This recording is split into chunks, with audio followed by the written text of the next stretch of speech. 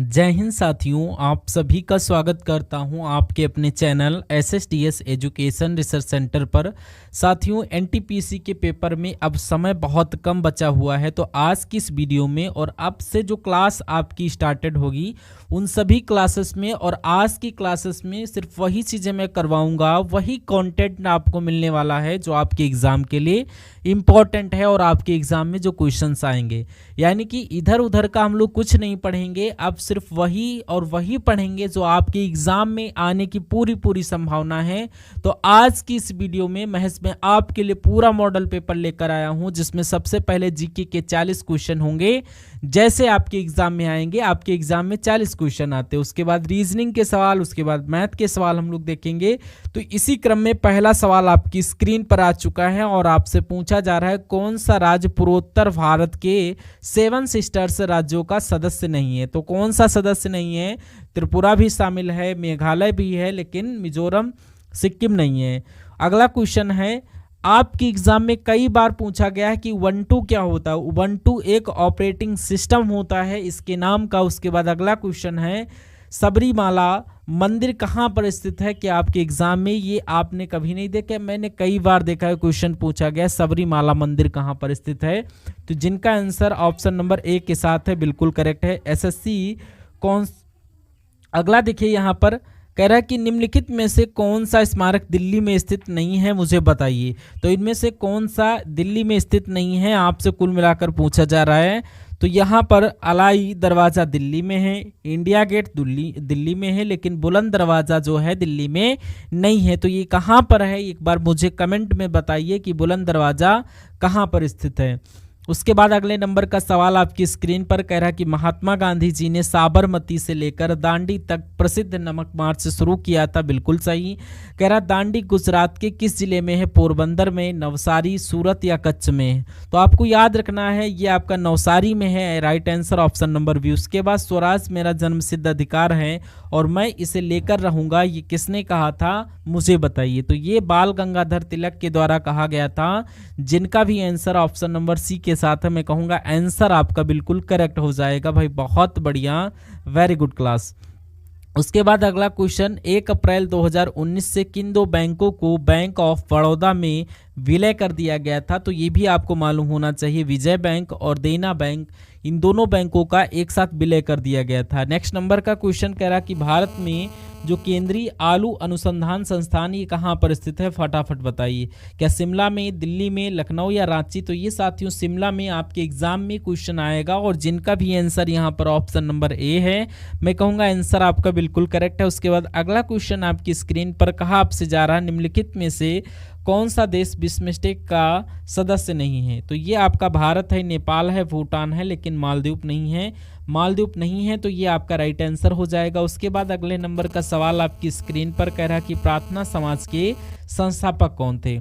स्वामी विवेकानंद जी थे, या आत्माराम पांडुरंग, या स्वामी दयानंद सरस्वती, या राजा राम मोहन राय थे? तो आपको इनका नाम याद रखना है, इनका नाम है आत्माराम पांडुरंग और ये प्रार्थना समाज के संस्थापक कहलाए थे, जिनका आंसर ऑप्शन नंबर वी के साथ है। मैं कहूँगा आंसर आपका बिल्कुल करेक्ट है भाई, बहुत बढ़िया, वेरी गुड क्लास। उसके बाद नेक्स्ट नंबर का सवाल है, आपसे पूछा जा रहा है कि इनमें से दक्षिण अमेरिका के कौन से दो देश स्थल रुद्ध हैं? ये सवाल आपसे कई बार एग्जाम में पूछा जा चुका है, तो आपको मालूम होना चाहिए पराग्वे और बोल्विया, ये जो दो देश हैं ये दक्षिण अमेरिका के स्थल रुद्ध हैं। उसके बाद अगला सवाल कह रहा है कि किस भारतीय राज्य की मुख्य भूमि की तटरेखा सबसे लंबी है? केरल की, महाराष्ट्र की, उड़ीसा की या गुजरात की? क्या आपका राइट आंसर हो सकता है साथियों? एक बार कमेंट सेक्शन में एक बार आप लोग जरूर बताइए। अगर आपका जवाब गुजरात में है, मैं कहूँगा बिल्कुल सही, क्योंकि गुजरात राज्य की तट रेखा सबसे लंबी है। जिनका भी आंसर ऑप्शन नंबर डी के साथ जा रहा है बिल्कुल करेक्ट हो जाएगा। अगला क्वेश्चन, कौन सा दर्रा श्रीनगर और लेह को जोड़ता है? तो इनमें से कौन सा दर्रा श्रीनगर और लेह को जोड़ता है? मैं कहूँगा जोजिला दर्रा जो है, जोजिला दर्रा ये श्रीनगर और लेह को ही जोड़ता है। उसके बाद देखिए अगला सवाल आपकी स्क्रीन पर है और ये आपके एग्जाम की दृष्टिकोण से काफ़ी इंपॉर्टेंट क्वेश्चन है, आपके एग्जाम में आएगा।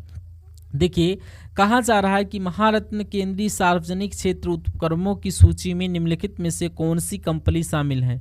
तो इनमें से कौन सी कंपनी शामिल है, ये आपकी कोल इंडिया लिमिटेड शामिल है। Right answer option number D. उसके बाद अगले नंबर का क्वेश्चन आपकी स्क्रीन पर है। साथियों, अगर आपने अभी तक इस सेशन को लाइक नहीं किया तो वीडियो को लाइक कर दिया करिए प्लीज़, और जितने लोग इसको वॉच कर रहे हैं उतने लोग तो वॉच करिए, लाइक करिए, और यहाँ पर फटाफट आप लोग इतना काम करिए और बताइए इस क्वेश्चन का राइट आंसर क्या होगा कि भारत के किन दो शहरों के बीच पहली सेमी हाई स्पीड ट्रेन यानी कि वंदे भारत एक्सप्रेस चलती है। तो ये किन दो बीच के चलती, मैं कहूँगा नई दिल्ली और वाराणसी के जंक्शन के बीच में चलती हैं। ये आपको याद रखना है, इंपॉर्टेंट क्वेश्चन है और आपके एग्जाम में आ जाए तो आपको एकदम 100% सही करना है। अगला क्वेश्चन, चित्रकला की पठित चित्र शैली निम्नलिखित में से किस राज्य की सबसे पुरानी और लोकप्रिय कला है। तो यहाँ पर राइट आंसर ओडिशा, यानी कि चित्रकला की पट्टचित्र शैली ये ओडिशा राज्य की सबसे पुरानी और लोकप्रिय कला है, ये आपको याद रखना है। उसके बाद अगला क्वेश्चन आपकी स्क्रीन पर देखिए और बताइए फटाफट राइट आंसर किस ऑप्शन के साथ जाएगा। देखिए यहाँ पर कह रहा है कि निम्नलिखित में से कौन भारत के सबसे युवा राष्ट्रपति थे। तो यहाँ पर भारत के सबसे युवा राष्ट्रपति, इनका नाम क्या है, तो इनका नाम मुझे बताने की कोशिश करिए, श्री नीलम संजीव रेड्डी। ये आपके सवाल का बिल्कुल करेक्ट आंसर हो जाएगा। उसके बाद इंटरनेशनल कोर्ट ऑफ जस्टिस का हेडक्वार्टर कहाँ स्थित है, यानी कि मुख्यालय इसका कहाँ स्थित है, बताइए। पेरिस में, वाशिंगटन डीसी या न्यूयॉर्क या फिर द हेग। तो यह कहाँ पर, द हेग में है। राइट आंसर ऑप्शन नंबर अगर डी के साथ तो बिल्कुल करेक्ट है। उसके बाद देखिए अगला सवाल आपसे पूछा जा रहा है कि गोभी मरुस्थल जो है ये निम्नलिखित में से किस महाद्वीप में है। क्या ये यूरोप महाद्वीप में है, उत्तरी अमेरिका में है, या अफ्रीका में है, या एशिया महाद्वीप में है। तो आपका जवाब जो होना चाहिए वो एशिया महाद्वीप के साथ जाना चाहिए। क्यों? क्योंकि ये गोभी मरुस्थल ये एशिया महाद्वीप में ही स्थित है। अगले नंबर का सवाल आपकी स्क्रीन पर, इस सवाल को देखिए और फटाफट मुझे बता दीजिए कि आपके इस सवाल का आपका राइट आंसर क्या होगा। चलिए, कहा जा रहा है कि यहाँ पर राज तरंगिणी के लेखक कौन है, कालिदास, चंद्रवरदाई, जयदेव या फिर कल्हड़ हैं। तो आपका जवाब जो होना चाहिए वो कल्हड़ के साथ जाना चाहिए, और जिनका भी आंसर ऑप्शन नंबर डी के साथ है मैं कहूँगा आंसर आपका बिल्कुल करेक्ट है। देखिए जितने लोग यहाँ पर देख रहे हैं सभी लोग राइट आंसर देने की कोशिश करिए और बहुत तेज़ी के साथ आपके क्वेश्चंस के कमेंट बॉक्स में आंसर आना चाहिए। पानीपत का दूसरा युद्ध अकबर और हेमू के बीच कब लड़ा हुआ था या किस वर्ष में हुआ था? 1526, 1536, 1576 या 1556 कब हुआ था? तो यहाँ पर आपको मालूम होना चाहिए पानीपत का दूसरा जो युद्ध था ये 1556 में लड़ा गया था। और किसके बीच लड़ा गया था? तो अकबर और हेमू के बीच लड़ा गया था, ये भी आपके सामने लिखा हुआ है। अगला सवाल देखिए आपकी स्क्रीन पर, कह रहा है कि कौन सा देश संयुक्त राष्ट्र सुरक्षा परिषद का स्थायी सदस्य नहीं है। तो कौन कौन से यहाँ पर स्थायी सदस्य हैं? तो चीन स्थायी सदस्य है, यूनाइटेड किंगडम है, फ्रांस है, लेकिन जापान नहीं है। जापान नहीं है तो आंसर आपका डी हो जाएगा। अगला सवाल कह रहा है कि लोकसभा के सदस्यों की अधिकतम संख्या कितनी होती है, बताइए। 543, 547, 552 या 549। तो यहाँ पर देखिए आपका राइट आंसर जो होना चाहिए ऑप्शन नंबर सी, यानी कि 552 होती है लोकसभा के सदस्यों की अधिकतम संख्या 552। उसके बाद अगला क्वेश्चन आपकी स्क्रीन पर कह रहा है कि किस सिख गुरु ने खालसापन की स्थापना की थी। तो यहाँ पर आप अगर इस सेशन को शेयर कर सकते हैं तो मेरा मानना है कि अगर आप आसानी से शेयर कर सकते हैं, आपके पास ऐसे कुछ ग्रुप्स हैं स्टडी वाले, तो इस वीडियो को एक बार छोड़ दीजिए, यानी कि इस वीडियो को अगर आप शेयर कर देते हैं तो मुझे बहुत अच्छा लगेगा। उसके बाद देखिए किस सिख गुरु ने खालसापन की स्थापना की थी। तो खालसापन की स्थापना गुरु गोविंद सिंह के द्वारा की गई थी। ये आपको याद होना चाहिए, आपको मालूम होना चाहिए, क्योंकि आपके एग्जाम में ये सवाल आपके सामने आ सकता है। आप अगला क्वेश्चन, कंप्यूटर के किस भाग को उसका मस्तिष्क कहा जाता है? रोम को, हार्ड डिस्क को, सीपीयू को या मॉनिटर को? तो कंप्यूटर के किस भाग को उसका मस्तिष्क बोला जाता है? मैं कहूँगा सीपीयू, यानी कि सीपीयू की फुल फॉर्म क्या होगी ये आप लोग कमेंट बॉक्स में बताइए। सेंट्रल प्रोसेसिंग यूनिट आपका होना चाहिए, ठीक है। अगला क्वेश्चन देखिए यहाँ पर, निम्नलिखित में से कौन सी परियोजना उत्तराखंड की है, बताइए। तो उत्तराखंड की इनमें से कौन सी परियोजना है कि Tehri hydro power complex Uttarakhand की है साथियों। कोयना हाइड्रोक्लोरिक प्रोजेक्ट, श्रावती भी नहीं, चमेरा हाइड्रोक्लोरिटिक्स प्रोजेक्ट, ये आपको याद रखना है। टिहरी हाइड्रो पावर कॉम्प्लेक्स ये आपका उत्तराखंड की परियोजना है। उसके बाद अगला सवाल आपकी स्क्रीन पर कह रहा है कि जो तिरंगा झंडा स्टुटगार्ट में मैडम कामा ने फहराया था उसे चोरी छिपे ब्रिटिश भारत ने में कौन लाया था। तो चोरी छिपी यानी कि भारत में कौन लाया था, इनका नाम है इंदुलाल याग्निक और इन्होंने ही इसको लाया था। अगला क्वेश्चन, भारत के संविधान में निम्नलिखित में से कौन से संविधान संशोधन ने नागरिकों के मौलिक कर्तव्यों को शामिल किया गया है। तो किसकी बात चल रही है आपको मालूम होना चाहिए। यहाँ पर 42वें संविधान संशोधन की बात चल रही है, यानी कि भारत के संविधान में 42वें संविधान संशोधन में यानी कि मौलिक कर्तव्यों को शामिल किया गया था। राइट आंसर आपका जो जाएगा ऑप्शन नंबर सी के साथ जाएगा। उसके बाद देखिए यहाँ पर कि कौन सा पुरस्कार केवल संगीत से संबंधित है, बताइए। तो कौन सा पुरस्कार केवल संगीत से संबंधित है, तो जो ग्रेनी पुरस्कार है ये आपका केवल संगीत से संबंधित है, ये आपको मालूम होना चाहिए, संगीत से संबंधित है। उसके बाद अगला क्वेश्चन, भारत में राष्ट्रीय आय की गणना का पहला प्रयास किसने किया था, बताइए। यानी कि किसने किया था, वी राव ने नहीं, दादा भाई नौरोजी नहीं, ये यहाँ पर जो आपका नहीं दादा भाई नौरोजी ने ही किया था। राइट आंसर भारत में नेशनल इनकम की गणना का पहला प्रयास। अगला क्वेश्चन, सूर्य का चमकता हुआ सतह क्या कहलाया जाता है, बताइए। तो सूर्य की जो चमकती हुई सतह जो होती है इसको क्या बोलते हैं, इसको फोटोस्फीयर बोला जाता है। क्या, इसको फोटोस्फीयर बोला जाता है, ये आपको साथियों मालूम होना चाहिए। जिनका आंसर ऑप्शन नंबर वी के साथ है, मैं कहूँगा आंसर आपका बिल्कुल करेक्ट के साथ जाएगा, ठीक है। नेक्स्ट नंबर का क्वेश्चन देखिए यहाँ पर, अब आपके सामने देखते हैं अगले नंबर का सवाल आपकी स्क्रीन पर आ चुका। आपसे पूछा जा रहा है कि मोपला विद्रोह किन वर्षों में हुआ था, मुझे बताइए। देखिए और बताइए राइट आंसर। मोपला विद्रोह की यहाँ पर बात की जा रही, फटाफट आप लोग आंसर बताइए क्या आपके सवाल का जवाब हो सकता है। तो अगर आपका जवाब 1921-22 है, मैं कहूँगा बिल्कुल सही, क्योंकि मोपला विद्रोह ये 1921 और 22 में ही हुआ था। उसके बाद नेक्स्ट नंबर का सवाल आपकी स्क्रीन पर, आपसे साथियों क्या पूछा जा रहा है, आपसे पूछा जा रहा है कि भारत सरकार ने इंद्रधनुष केमवर्क कार्यक्रम की शुरुआत किस लिए की थी। तो निजी बैंकों में क्षमता निर्माण के लिए की थी, नहीं, या निजी क्षेत्र के बैंकों का पुनरुद्धार करने के लिए, संसाधन जुटाने के लिए, या संसाधन जुटाने या सार्वजनिक क्षेत्रों के बैंकों का पुनरुद्धार करने के लिए, बिल्कुल इसीलिए किया था। ये आपका बिल्कुल डी आंसर आपका बिल्कुल करेक्ट आंसर। उसके बाद अगले नंबर का सवाल कह रहा कि येन किस देश की मुद्रा है, मुझे बताइए। क्या ये मालदीव की है, जापान की है, बाली की है, दक्षिण कोरिया की है।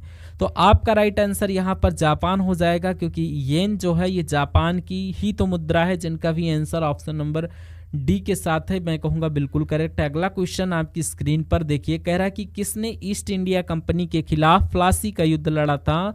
तो ईस्ट इंडिया कंपनी के खिलाफ प्लासी का युद्ध लड़ा गया था। कब, ये प्लासी का युद्ध 1757 में लड़ा गया था, लेकिन किसके किसके बीच लड़ा गया था, तो आपको मालूम होना चाहिए। एक तरफ से सिराजुद्दौला की जो सेना थी और एक तरफ से अंग्रेजों की। आंसर आपका ऑप्शन नंबर बी। अगला क्वेश्चन, कौन से राष्ट्र ने 5 बार कॉमनवेल्थ गेम्स की मेजबानी की। तो किस देश की बात चल रही है, कौन से राष्ट्र ने, किस राष्ट्र की बात चल रही है, मैं कहूँगा ऑस्ट्रेलिया राष्ट्र की बात चल रही है, ऑस्ट्रेलिया देश की बात चल रही है। इन्होंने 5 बार कॉमनवेल्थ यानी कि गेम्स की मेजबानी की है। उसके बाद देखिए कहा जा रहा है, बहुत इंपॉर्टेंट क्वेश्चन है और आपके एग्जाम में इस बार ये क्वेश्चन आएगा ज़रूर, एनटीपीसी की एग्जाम में ये आपका ज़रूर आएगा। तो यहाँ पर साहित्य अकादमी का मुख्यालय कहाँ पर स्थित है, फटाफट आप लोग कमेंट करके बताइए। देखिए मैं आपको यहाँ पर बता देना चाहता हूँ कि अगर आपके एनटीपीसी का जो एग्ज़ाम है और एनटीपीसी एग्ज़ाम को आप चाहते हैं इस बार कैसे ना करके क्रैक हो जाए, कम मेहनत करें ज़्यादा मेहनत करें क्रैक हो जाए, तो कुछ ऐसा बता दो कि भैया इसको पढ़कर एग्ज़ाम साथियों क्रैक हो जाए। तो मैं आपको 3 पीडीएफ बता रहा हूँ, इन 3 पीडीएफ को पढ़ लेना, पेपर आपका क्रैक हो जाएगा। पहली पीडीएफ आपको दी जा रही है 10 मॉडल पेपर की। जैसे 100 क्वेश्चन का आपका पेपर आएगा साथियों, वैसे 10 मॉडल पेपर आपको दिए जा रहे हैं सॉल्यूशन के साथ। और यहाँ पर खासियत ये है कि क्वेश्चन के नीचे ही उसका आंसर होगा, और अगर मैथ रीजनिंग का है तो क्वेश्चन के नीचे ही उसका सॉल्यूशन होगा। उसके बाद दूसरी पीडीएफ आपको यहाँ पर प्रीवियस ईयर की मिलने वाली है। प्रीवियस ईयर की अगर बात करें तो यहाँ से पेपर आपका बनता है 100% बनता है पेपर, क्योंकि यहाँ से क्वेश्चन एग्जाम में एग्जामिनर लेता ही लेता है। तो ये सारी शिफ्ट मिल जाएंगी सॉल्यूशन के साथ। उसके अलावा करंट अफेयर का इसमें और एनटीपीसी के एग्जाम में एक बहुत बड़ा अहम होता है करंट अफेयर के इंपॉर्टेंट क्वेश्चन की पीडीएफ आपको अलग से दी जा रही है। तो ये तीनों पीडीएफ आपको सिर्फ और सिर्फ 45 रुपये में दी जा रही है। डिस्क्रिप्शन में लिंक है, वहाँ से जाकर आप लोग हमारे व्हाट्सएप में आ जाएंगे और वहाँ से आप लोग इस PDF को प्राप्त कर सकते हैं। बात करते हैं साहित्य अकादमी का मुख्यालय कहाँ पर स्थित है, तो ये नई दिल्ली में स्थित है इसका मुख्यालय। अगला सवाल देखिए, यहाँ पर कह रहा है कि गोल गुम्बद ये कहाँ पर स्थित है, तो ये आप लोग मुझे बताइए गोल गुम्बद कहाँ पर है। तो ये पंजाब में है, राजस्थान में है, कर्नाटक में है, गुजरात में। तो अगर आपका जवाब कर्नाटक है तो मैं कहूँगा आपका जवाब बिल्कुल सही है, क्योंकि गोल गुम्बद ये कर्नाटक में ही है। जलियांवाला बाग नरसंहार किस लिपि में हुआ, तिथि में हुआ था, तो ये 1919 में पता है, 13 अप्रैल सन 1919 में आपका हुआ था, ये आपको बताना होता है। तो अगर आपका जवाब ऑप्शन नंबर बी के साथ है तो आप लोग बिल्कुल करेक्ट आंसर के साथ जाएंगे। उसके बाद देखिए यहाँ पर SSC GD का रिजल्ट भी बहुत ही जल्दी आने वाला है और यहाँ पर उसका सारे रिजल्ट आपके थोड़ा अपडेटेड में रहिए, क्योंकि आप अपने अगले एग्ज़ाम यानी कि उसकी तैयारी करते रहिए। उस एग्ज़ाम के भरोसे न बैठिए, यानी कि उसमें ही आपका सिलेक्शन होने वाला है। क्या पता आपका नंबर आधे नंबर से आपका सिलेक्शन रुक जाए, हो सकता है आपका कुछ भी हो सकता है। डेट ऑफ बर्थ से आप क्रैक हो जाएं या फिर आप क्या करेंगे नाम से बैक हो जाएं, आपका अगला एग्ज़ाम भी बेकार हो जाएगा। तो आपके जो अगले एग्ज़ाम है उसकी तैयारी आप अच्छे तरीके से करते रहिएगा, ठीक है ना। उसके बाद देखिए जलियांवाला बाग नरसंहार किस वायसराय के कार्यकाल के दौरान हुआ था, मैं कहूँगा किसके कार्यकाल के दौरान हुआ था, मुझे बताइए। देखिए यहाँ पर किसके कार्यकाल में हुआ था, तो ये आपका जेम्स फोर्ड्स के कार्यकाल में हुआ था। राइट आंसर ऑप्शन नंबर किसके साथ, बी के साथ जाएगा। बहुत बढ़िया, very good class. Next number का क्वेश्चन देखिए यहाँ पर। अब यहाँ पर हम लोग अगर बात करें तो अब आपके सामने रीजनिंग के क्वेश्चन स्टार्ट हो चुके हैं, क्योंकि रीजनिंग के क्वेश्चन आपके लिए बहुत इंपॉर्टेंट है। क्यों इंपॉर्टेंट है, क्योंकि आपको आपके पेपर यही पास कराएंगे, यही क्वेश्चन आपका पेपर क्रैक करवाएंगे। क्योंकि मेरा मानना है कि अगर आप पर रीजनिंग की कमांड है तो आपका पेपर क्रैक हो जाएगा, अगर आपकी रीजनिंग और मैथ पर कमांड है। क्योंकि अब हम लोग देखेंगे रीजनिंग के कुछ चुनिंदा क्वेश्चंस और मैथ के भी कुछ चुनिंदा क्वेश्चन जो आपको आपके एग्जाम में देखने को मिलेंगे, इसलिए बने रहिएगा। रीजनिंग के 30 क्वेश्चन होंगे और मैथ के 30 क्वेश्चन आपके एग्जाम में पूछे जाएंगे मेरे भाई। यहाँ पर 30 तो नहीं, 30 यानी कि कुछ क्वेश्चन हम लोग देखेंगे इंपॉर्टेंट। इस सवाल की अगर बात करें, कहा जा रहा है सबसे पहले 7, उसके बाद 9, उसके बाद 13 और उसके बाद यहाँ पर 21 और 37। फिर आपको बताना है अगला नंबर यहाँ पर क्या होगा, मुझे बताइए। देखिए यहाँ पर अगर बात करें, मुझे अभी इतना समझ में आया है कि 7 से जो 9 हुआ है ये 2 बढ़ाया गया है। 9 में अगर हम 4 बढ़ा दें तो 13 हो जाएगा। अगर 13 में हम 8 बढ़ा दें तो 21 हो जाएगा मेरे भाई। अगर 21 में कितना बढ़ा दें तो 16 बढ़ा दें 37 हो जाएगा। तो यहाँ पर मुझे कितना बढ़ाना है मुझे बताइए। अगर हम लोग यहाँ पर बात करें, यानी कि ये इसका डबल है, 2 का डबल है 4, 4 का डबल है 8, 8 का डबल है 16, तो 16 का डबल हो जाएगा 32, यानी कि यहाँ पर 32 आने वाला है मेरे भाई। 37 और 32 आपको जोड़ना और वही आपका आंसर हो जाएगा, यानी कि 69 यहाँ पर आ जाएगा। क्या 69 ऑप्शन में है? बिल्कुल ऑप्शन में है, ऑप्शन नंबर डी में है। जिनका आंसर ऑप्शन नंबर डी के साथ है, मैं कहूँगा आंसर आपका बिल्कुल करेक्ट है भाई। बहुत बढ़िया, वेरी गुड क्लास। तो यहाँ पर साथियों बहुत लोग कमेंट बॉक्स में आंसर अपना करेक्ट देने की कोशिश कर रहे हैं, तो आई होप आपको सेशन कंप्लीट समझ में आ रहा है। ये क्वेश्चन बहुत इजी है, बहुत शानदार। कहा सारा 7 मित्र हैं, 7 मित्र हैं, P Q R S T U और V, ये 7 मित्र हैं और एक घेरे में केंद्र की ओर मुख करके बैठे हुए हैं। एक घेरा हम लोग बना लेते हैं और वहाँ पर 7 लोगों को बैठने की जगह बना लेते हैं। तो 1 2 3 4 5 और ये 7, यानी कि ये 7 लोगों की हमने बैठने की जगह बनाई। अब पहली लाइन में कहा जा रहा है कि R जो है ये S के दाईं ओर से तीसरा है। सबसे पहले मैं आपको बता देता हूँ कि दायां क्या होता है। दायां अगर कहे तो आपका ये सीधा हाथ होता है। अगर कहा जाए कि बायां, तो बायां आपका क्या होता है, ये आपका उल्टा हाथ होता है। ये 2 चीज़ें आपको याद रखनी है। अब कह रहा है S के दाईं ओर से तीसरे स्थान पर कौन है, R है। और U और T के बीच में थोड़ा सा क्या दिक्कत है, देखिए R और S के दाएं से तीसरे स्थान पर है, ठीक है, और U और T के बीच में बैठा है। R जो है U और T के बीच में बैठा है। उसके बाद कह रहा है S P का पड़ोसी नहीं है, ठीक है। उसके बाद Q और T पड़ोसी है, ठीक है। Q और के ठीक बाईं ओर कौन बैठा है, तो ये बात आपको यहाँ पर बतानी है। तो इस लाइन से शुरुआत करते हैं, यानी कि S के दाईं ओर तीसरे स्थान पर बैठा है R, यानी कि S को कहाँ पर बिठाल दें, आप कहीं पर भी बिठाल सकते हैं। मान लीजिए S आप लोग यहाँ पर बिठाल दें और सबका मुख केंद्र की तरफ है, तो S के दाईं ओर तीसरा क्या हो जाएगा, 1 2 3 तीसरा ये हो जाएगा, यानी कि R जो आएगा वो यहाँ पर आएगा। और कहाँ आपसे ये जा रहा है है कि जो आर है ये आर ये यू और टी के बीच में है। तो मान लीजिए यू यहाँ पर हो गया, टी यहाँ पर, आर बीच में, यू और टी के बीच में। अच्छा ये भी हो सकता है कि टी यहाँ पर हो सकता, यू यहाँ पर आ जाता। अब ट्राई करते हैं, अगर हमारा ये सही हो जाता है इसको कर लेते हैं, वरना नेक्स्ट फिगर बनाएंगे उसमें यहाँ पर टी यहाँ और यू यहाँ पर कर देंगे। देखिए एस पी का पड़ोसी नहीं है, यानी कि पी यहाँ पर नहीं आ सकता और टी यहाँ पर नहीं आ सकता। कह रहा ना कि ये एस के पास पी नहीं बैठ सकता, तो पी यहाँ पर नहीं, तो यहाँ पर टी जाहिर सी बात बैठेगा। कह रहा क्यों टी का पड़ोसी नहीं है, तो यानी कि क्यों टी का पड़ोसी नहीं है तो क्यों यहाँ पर नहीं बैठ सकता, तो जाहिर सी बात है क्यों यहाँ पर आपका बैठ जाएगा। ठीक है ना। एस पी का पड़ोसी नहीं है, ठीक है, एस पी का पड़ोसी नहीं है, ठीक है, तो यहाँ पर कोई दिक्कत नहीं है। उसके बाद कह रहा है कि क्यों और टी, क्यों और टी, अच्छा क्यों और टी पड़ोसी हैं। मुझे क्या लगा कि ये क्यों टी का पड़ोसी नहीं है, तो क्यों और टी पड़ोसी हैं, तो क्यों तो यहाँ पर फिर बैठेगा। अब बचा क्या, बचा वी, वी यहाँ पर बैठ जाएगा। तो 7 लोग थे, 7 को आपने बिठा दिया। आपसे पूछा क्या जा रहा है कि क्यों के ठीक बाईं ओर कौन बैठा, क्यों तो ये रखा है, क्यों के ठीक बाईं ओर कौन, एस बैठा हुआ है। तो एस ऑप्शन में कहाँ पर है, ऑप्शन नंबर बी में है। तो ये क्या होगा, आपका बिल्कुल करेक्ट आंसर हो जाएगा भाई। बहुत बढ़िया, वेरी गुड क्लास। तो उसके बाद देखिए अगले नंबर का सवाल आपकी स्क्रीन पर है। आपसे कहा जा रहा है कि जैसे ISF से DNA बनाया गया, उसे MMT से कौन कौन से 3 लेटर बनेंगे मुझे बताइए। I जो होता है ये 9 पर होता है, S जो होता है 16 पर होता है, और ये 6 पर। उसी प्रकार T 4 पर होता है, N 14 पर होता है, A 1 पर होता है।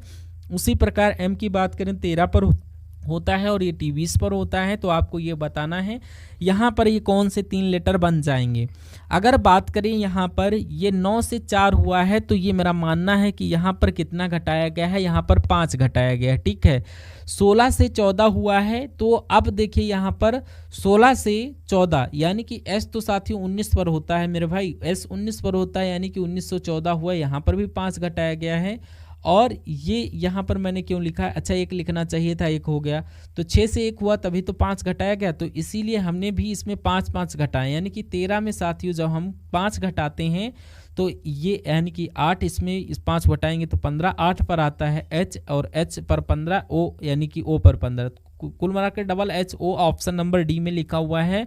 और जिनका भी आंसर ऑप्शन नंबर डी के साथ है, मैं कहूँगा बिल्कुल करेक्ट है। यहाँ पर वेरी मोस्ट इंपॉर्टेंट क्वेश्चन है, आप लोग देखते रहिएगा मेरे भाई। ठीक है ना।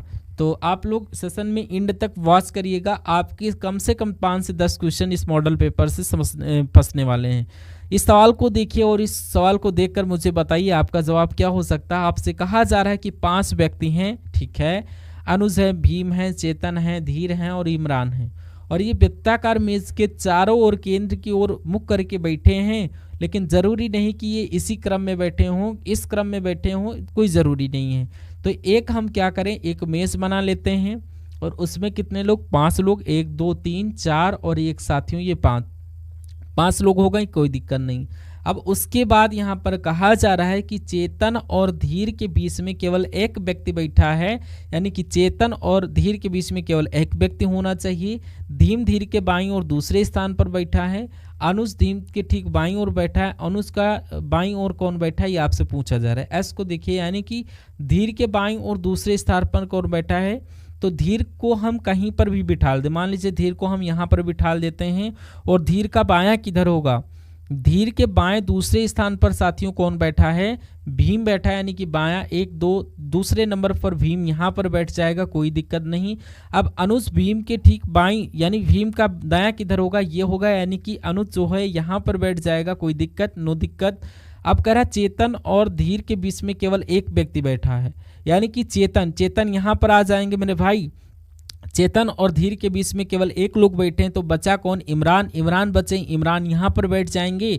और 5 लोग थे, 5 को आपने बिठा दिया। लेकिन सवाल में पूछा जा रहा है कि अनुज के ठीक बाएं कौन है, तो अनुज के ठीक बाएं कौन है, तो यहाँ पर कौन है, भीम है। भीम कौन से ऑप्शन है, ऑप्शन नंबर बी वाले में है। तो यही आपका बिल्कुल करेक्ट आंसर हो जाएगा भाई। बहुत बढ़िया, वेरी गुड क्लास। साथियों वीडियो को लाइक करिए जिन्होंने वीडियो को लाइक नहीं किया है ना। तो यहाँ पर देखिए अगला सवाल, इस सवाल का जवाब आप लोग फटाफट मुझे बताइए क्या हो सकता है। मैं आपके कमेंट तब तक पढ़ने की कोशिश करूँगा, ठीक है। चलिए, कथन और निष्कर्ष का क्वेश्चन है। आप लोग वेरी इजी माध्यम से इस क्वेश्चन को सॉल्व करने की कोशिश करिए। जब सॉल्व ना हो तब तो मैं सॉल्व ही करवा रहा हूँ, ठीक है ना। और सेशन बहुत ही इंपॉर्टेंट है, आप लोग टिल एंडिंग तक इसको जरूर वॉच कर लीजिएगा, वेरी मोस्ट इंपॉर्टेंट। चलिए 45 नंबर का क्वेश्चन कह रहा है मेरे भाई कथन, यानी कि कथन में क्या दिया गया है कि सभी कलमें, यानी कलमें हैं, यहाँ पर कलम पेंसिल हैं। कथन सेकंड, यानी कि कुछ किताबें कलमें हैं, यानी कि कलम हैं। तो ये क्वेश्चन अब फटाफट आपको ये बताना है इस सवाल आखिर कैसे सॉल्व करेंगे। ये मेथड आपको कहा क्या जा रहा है, क्या क्या मैं बता रहा हूँ। चलिए, आपसे कहा जा रहा है कि सभी कलमें पेंसिलें हैं, यानी कि जितने कलम हैं वो सभी के सभी क्या हैं, पेंसिलें हैं, ठीक है। तो मान लेते हैं हम यहाँ पर थोड़ी सी जगह हमें चाहिए, ये मान लीजिए क्या है, ये कलम हो गई, ये कलम हो गए। एक सेकंड, थोड़ा सा मैं वेट लेना चाहूँगा, थोड़ा सा, हाँ सटीक कर देता हूँ, कलर चेंज कर लेता हूँ। कह रहा कि जितने कलम हैं, यानी कि सारे कलम क्या हो गए, सारे कलम आपके पेंसिल हो गए। तो सारे कलम आपके क्या, पेंसिल हो गए, ठीक है, सारे कलम आपके पेंसिल हो गए। अब कथन 2 में कहा जा रहा है कि कुछ किताबें कलम हैं, यानी कि कुछ कलम जो हैं, ये इतने कलम क्या हैं, इतने कलम जो हैं किताबें हो गई, ठीक है। ये भी कोई दिक्कत नहीं, यहाँ तक भी बहुत अच्छे से समझ में आ गया। कथन 3 में कह रहा है कि कोई पेंसिल मार्कर नहीं है, यानी कि ये जो पेंसिल है ये कोई पेंसिल क्या नहीं है, मार्कर नहीं है, कोई पेंसिल मार्कर नहीं है। अब निष्कर्ष को पढ़िए, कोई पेंसिल मार्कर नहीं, अब निष्कर्ष को पढ़िए और मुझे बताइए कौन सा निष्कर्ष सही है, कौन सा निष्कर्ष गलत है। कहा जा रहा है कि कुछ किताबें कलमें हैं, यानी कि कुछ किताबें कलमें नहीं। भैया कितनी किताबें कलमें हैं, ये तो गलत हो जाएगा, यानी कि इसमें कुछ किताबें कलमें नहीं हैं, इसमें इसके अनुसार कुछ किताबें कलमें हैं। दूसरा पढ़िए, कह रहा है कि कोई कलम मार्कर नहीं है, कोई कलम मार्कर नहीं। हमें ये बताया गया था कि कोई पेंसिल मार्कर नहीं है, और पेंसिल के अंदर कलम आ रहा है तो कोई कलम भी मार्कर नहीं हो सकता। ये बात भी बिल्कुल यहाँ पर बिल्कुल सही लिखी हुई है। कुल मिलाकर दूसरा निष्कर्ष आपका सही हो जाएगा। ऐसा कहाँ पर लिखा हुआ है, ऐसा ऑप्शन नंबर सी में लिखा गया है। जो लोग ऑप्शन नंबर सी के साथ है उनका आंसर सही है, डी और बी देने वाले का आंसर यहाँ पर गलत है। उसके बाद अगला क्वेश्चन देखिए, यहाँ पर अगला सवाल आपकी स्क्रीन पर, इस सवाल को देखिए और फटाफट आप लोग भी मुझे बता दीजिए कि आपका जवाब यहाँ पर क्या हो सकता है। आपसे यहाँ पर कहा जा रहा है ए बी का भाई है, जैसे जैसे कर रहे हैं वैसे हम लोग करते जाएंगे, यानी कि ए जो है ये बी का भाई हो जाएगा, यानी कि ए बी का भाई हो गया। बी सी की बहन, यानी कि वी जो है ये सी की क्या है, बहन है। सी की बहन यानी कि बहन, देखिए भाई होगा यानी कि पुरुष होगा तो ए लगाएंगे, महिला होंगी तो माइनस लगा देंगे, पता जता हमको रहेगा। सी डी की माँ है, यानी कि सी जो है ये डी की माँ हो गई, ये माता जी हो गई। कह रहा है कि डी ई की पत्नी है, डी जो है ये ई की पत्नी है, डी ई की पत्नी है, यानी कि ये पति है, ये पत्नी है। ये डबल लगा दो तो पति पत्नी समझ जाइएगा, ये ऊपर जा रहा है तो माता पिता हो जाएंगे, माइनस लगा तो जाहिर सी बात है माता है। उसके बाद ई एफ का पिता है, यानी कि ई जो है ये एफ का पिता है, एफ का पिता है, यानी कि एफ की माता कौन होगी, ये बी हो जाएंगे। जी का भाई एफ हो जाएगा, यानी कि जी का भाई यानी कि एफ, यानी कि ये दोनों भाई बहन हैं, ये उनके माता पिता हैं, ये इनकी माता है, फिर ये दोनों भाई बहन ऐसे करके। और उसके बाद कह रहा है कि सी का ए से क्या संबंध है, यानी कि ई क्या कहेगा सी को, ई क्या कहेगा सी को, मुझे बताइए। चलिए ई क्या कहेगा साथियों सी को। देखिए ये तो एक तरीके से अगर बात करें, ये तो भैया बच्चे हैं, ई के बच्चे हैं और ये भी हैं, तो मैं कहूँगा बेटा या बेटी ही होंगे। तो कुल मिला के पत्नी के पिता तो नहीं कहेगा, माँ और भाई, यानी कि पत्नी की माँ कहेगा, या फिर आपका, एक सेकंड रुक जाइए देख लेता हूँ, सी का ई से क्या संबंध है। अच्छा सी का ई से, यानी कि ये सी है भाई साहब, एक सेकंड रुक जाइए, कोई दिक्कत नहीं। सी का ई से क्या संबंध है, मुझे लगा जी से क्या संबंध, जी तो बच्चा हो जाएगा ई का, लेकिन इससे पूछ रहा है, ये तो पत्नी है, पत्नी की कौन है, ये माता जी हैं। तो ई क्या कहेगा साथियों, सी को पत्नी की माता जी कहेगा, यानी कि सास भी कह सकता है, लेकिन सास ऑप्शन में है नहीं, पत्नी की माँ ऑप्शन में है, तो ये आपका क्या बिल्कुल करेक्ट आंसर हो जाएगा। बहुत बढ़िया, वेरी गुड क्लास। उसके बाद देखिए नेक्स्ट नंबर का क्वेश्चन आपकी स्क्रीन पर, यहाँ पर एक नंबर सीरीज का क्वेश्चन आपकी स्क्रीन पर आ चुका है, और यहाँ पर आपसे कहा जा रहा है कि सबसे पहले 71 है, उसके बाद 82 है, उसके बाद 93, उसके बाद 104 है, और उसके बाद आपका 115 है। तो अगला नंबर आपको बताना है क्या हो सकता है, मुझे बताइए, ठीक है। देखिए यहाँ पर अगर हम लोग बात करें 71 से 82 करें तो हमें 11 बनाना होगा, 82 अगर 93 करें तो अब भी हमें 11 बनाना होगा, 93 से अगर 104 करते हैं तब भी यहाँ पर बढ़ाना होगा, और 104 से 115 करते तब भी हमें 11 बढ़ाना होगा। तो बच्चा बताएगा कि 115 में हमें 11 बढ़ाना होगा, तो 115 में 11 बढ़ाएंगे 125 और ये 26, यानी कि क्या कहीं ऑप्शन में क्या 126 है? मैं कहूँगा बिल्कुल ऑप्शन में 26 है। कौन से ऑप्शन में है? तो ऑप्शन नंबर ए वाले में है, जिनका ऑप्शन नंबर ए के साथ राइट आंसर है। आंसर आपका बिल्कुल करेक्ट हो जाएगा भाई, बहुत बढ़िया।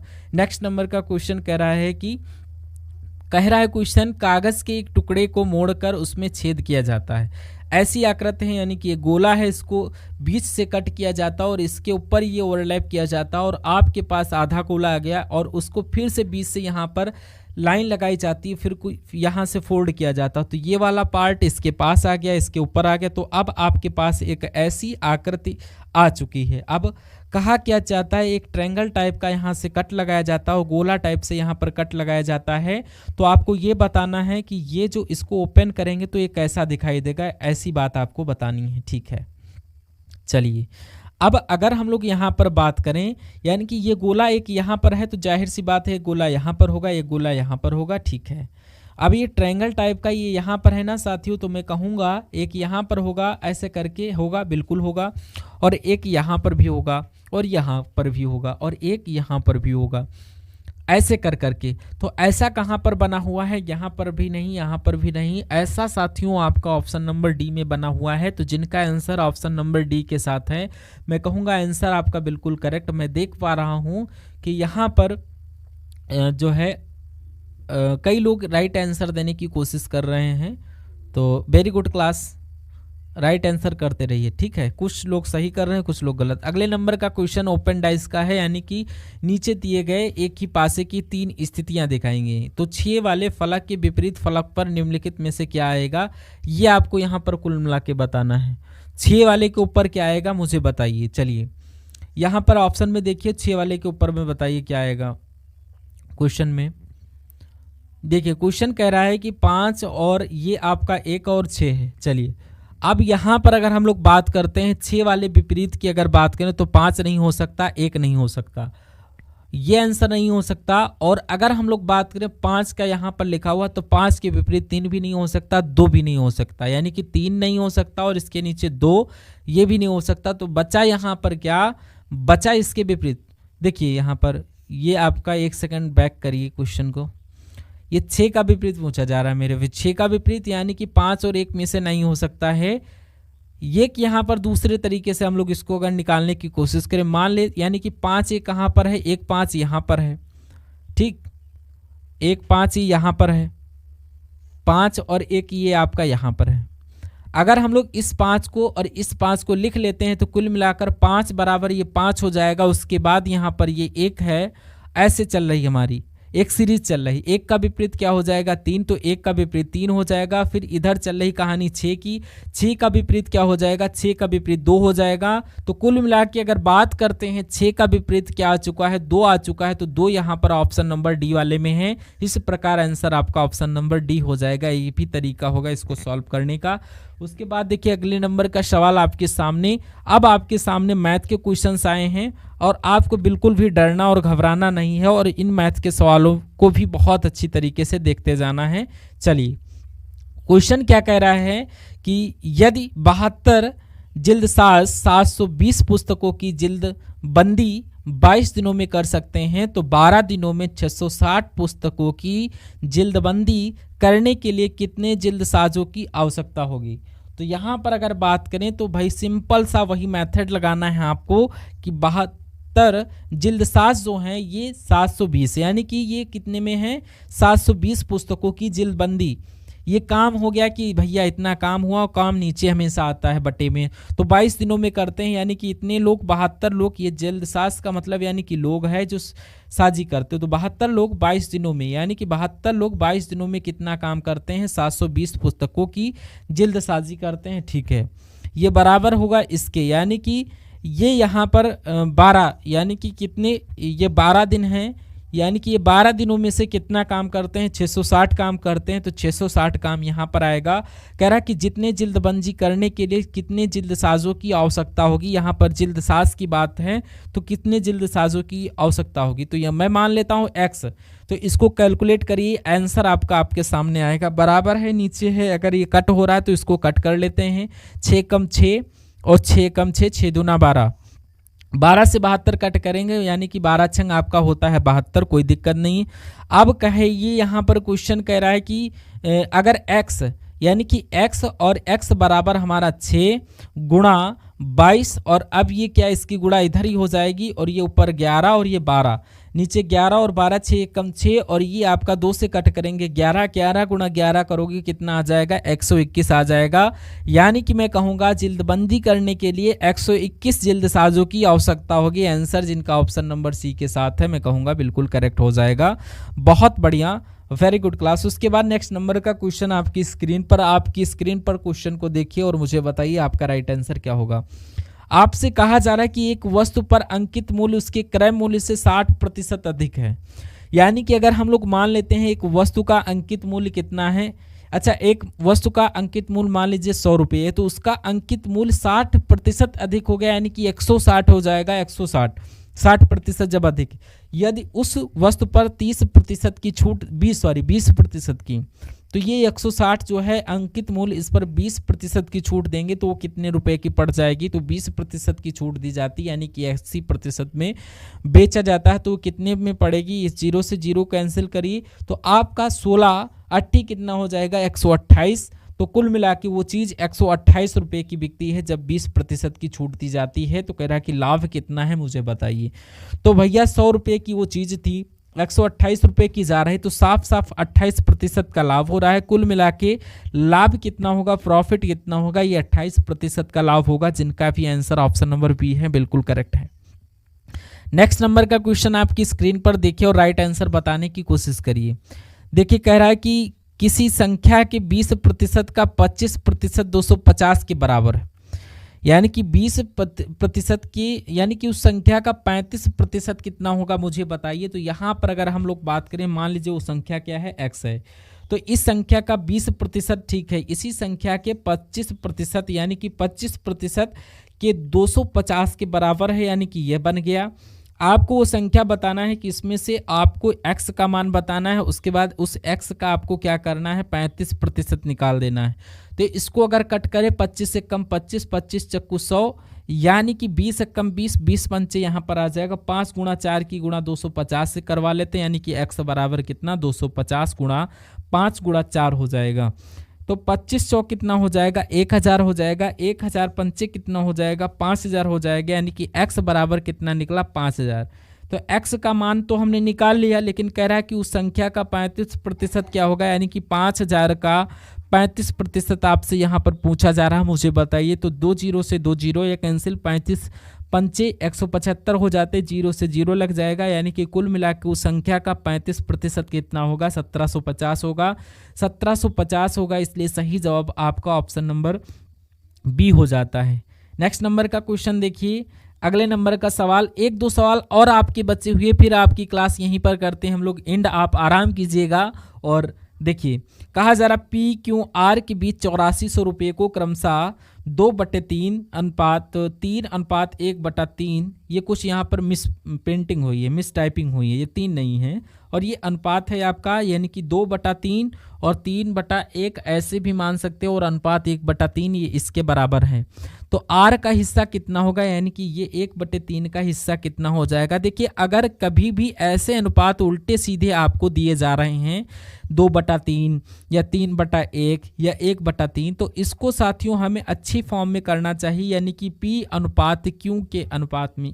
ये कैसे होगा, नीचे वाले नंबर्स का एलसीएम आप लोग निकालिए, इनका एलसीएम निकालेंगे तो 3 आएगा, 3 की सबसे गुणा कर दीजिए, 3 की सबसे गुणा करेंगे तो 3 की सबसे गुणा करते हैं, 3 से 3 कैंसिल, तो यहाँ पर तो 2 आएगा, और यहाँ पर 3 3 9, और यहाँ पर 1 आ जाएगा, तो ये निकल कर आएगा आपका P अनुपात Q अनुपात R।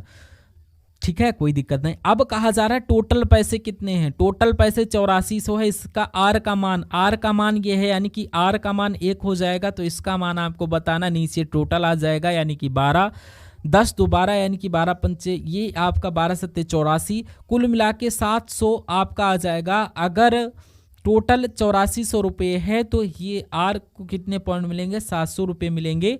तो ये आपका बिल्कुल करेक्ट आंसर है भाई, बहुत बढ़िया, वेरी गुड क्लास।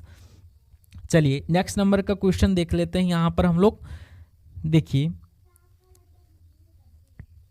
अब इसका आंसर बताइए, इस क्वेश्चन का आप लोग आंसर, इसका राइट आंसर क्या होगा। देखिए, दो संख्याओं का गुणनफल 720 है और उसका महत्तम समापवर्तक 4 है, तो इन संख्याओं का लघुत्तम समापवर्तक कितना हो। यह क्वेश्चन का आंसर आप लोग कमेंट बॉक्स में बताने की कोशिश करिएगा। जिन लोगों का आंसर राइट होगा उन लोगों की कमेंट बॉक्स हम पिन करेंगे कमेंट सेक्शन में। तो आई होप आपको ये सेशन कैसा लगा ये आप लोग बताइएगा और फीडबैक जरूर दीजिएगा। चलिए मिलते हैं नेक्स्ट टॉपिक को लेकर, तब तक के लिए जय हिंद, वंदे मातरम, थैंक यू।